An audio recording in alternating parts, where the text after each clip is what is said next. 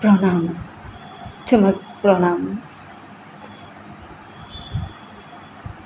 19 ছেপ্টেম্বৰ 2025 চনৰ এই দিনটো অসমীয়া মানুহে হয়তো পাহৰিব নোৱাৰিব, পাহৰিলেও তোমাক পাহৰিব নোৱাৰিব। শতকোটি প্ৰণাম তোমাক। মায়া আলোচনীত এটা সময়ত মই গল্প লিখিছিলোঁ। মই যেতিয়া গল্প লিখিবলৈ আৰম্ভ কৰিছিলোঁ, সেই সময়খিনিত মই প্ৰায় জোনালী স্থিত যিটো ষ্টুডিঅ' তালৈ গৈছিলোঁ। গম পাইছিলোঁ তাত জুবিন গাৰ্গ থাকে, তাত জুবিন গাৰ্গক কেতিয়াবা লগ পাব পাৰি। এটা অজনা আকৰ্ষণ সদায় তেওঁৰ কাৰণে পুহি ৰাখিলোঁ আৰু সেই অজনা আকৰ্ষণটো লাহে লাহে দীৰ্ঘদিনলৈ মনতে থাকি গ'ল। আৰু এনেকৈয়ে এসময়ত তেওঁৰ গীতৰ ওপৰত কিবা কাম কৰাৰ ইচ্ছা পোষণ কৰিলোঁ, কাৰণ গীতিকাৰ জুবিন গাৰ্গক মই তুলি ধৰিব চেষ্টা কৰিলোঁ। বিভিন্নজন লেখকে বিভিন্ন ধৰণে কৈ গৈছে, কিন্তু গীতিকাৰ জুবিন গাৰ্গজনৰ বিষয়ে মাত্ৰ এটা শাৰী হ'লেও মোৰ লিখিবলৈ মন গৈছিল।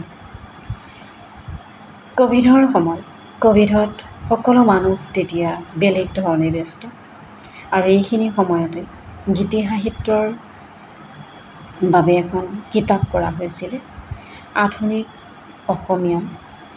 সেই আধুনিক অসমীয়া গীতি সাহিত্য যিখন সমীক্ষা নামৰ কিতাপ, সেই গ্ৰন্থখনতে কি কৰা হৈছিলে, অসমীয়া গীতি সাহিত্য সমীক্ষা নামৰ সেই গ্ৰন্থখন সম্পাদনা কৰিবলৈ লওঁতে মই লোভ সামৰিব পৰা নাছিলোঁ যে তাত জুবিন গাৰ্গৰ গীতিকাৰ জুবিন গাৰ্গজনক তুলি ধৰিবলৈ চেষ্টা কৰিম।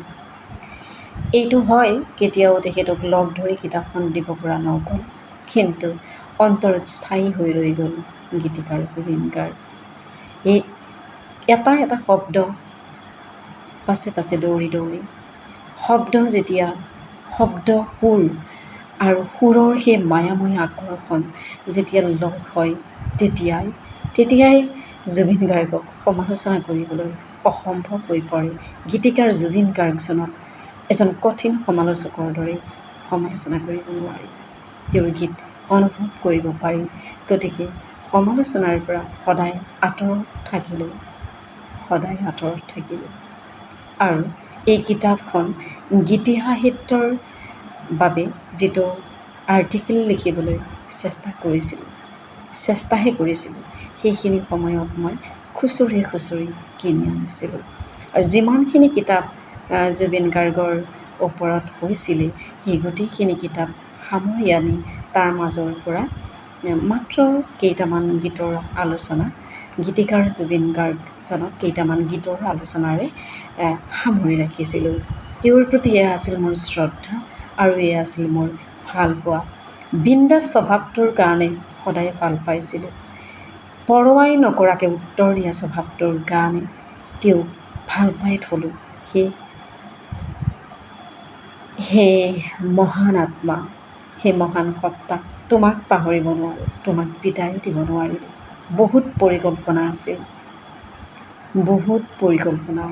সম্ভৱতঃ ভাবি আছিলোঁ যে পূজাতেই কোনোবা দিনা যোৱা হ'ব তোমাৰ ওচৰলৈ, কিন্তু নোৱাৰিলোঁ। সেই শিল্পী তুমি চাগে মোৰ সেই কিতাপখনৰ এটা শাৰীও নেদেখিলা।